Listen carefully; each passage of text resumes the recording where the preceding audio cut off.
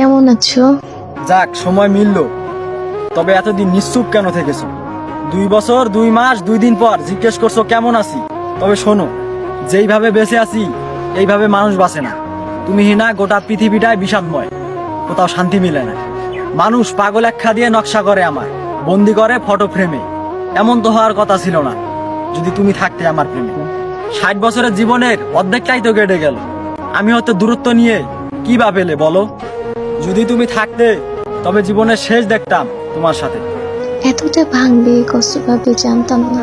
আমার সাদা কালো শহরে আমি ঠিকই রঙিন, তবে তোমার রঙিন শহরে কেবল হয়েছি ক্ষয়। এটা জীবন থেকে নেওয়া এক শিক্ষা, তাই এটা কষ্ট নয়। আজও কি ভালোবাসো আমায়? মৃত্যুর কয়েক সেকেন্ড বাকি থাকবে, তারপরেও ভালোবাসবো তোমায়। যদি কখনো কোনো নারীর সাথে শয়নও করি, তারপরেও তোমার জায়গা অন্য কারণ নয়। ক্ষমা করা যায় না? ক্ষমা?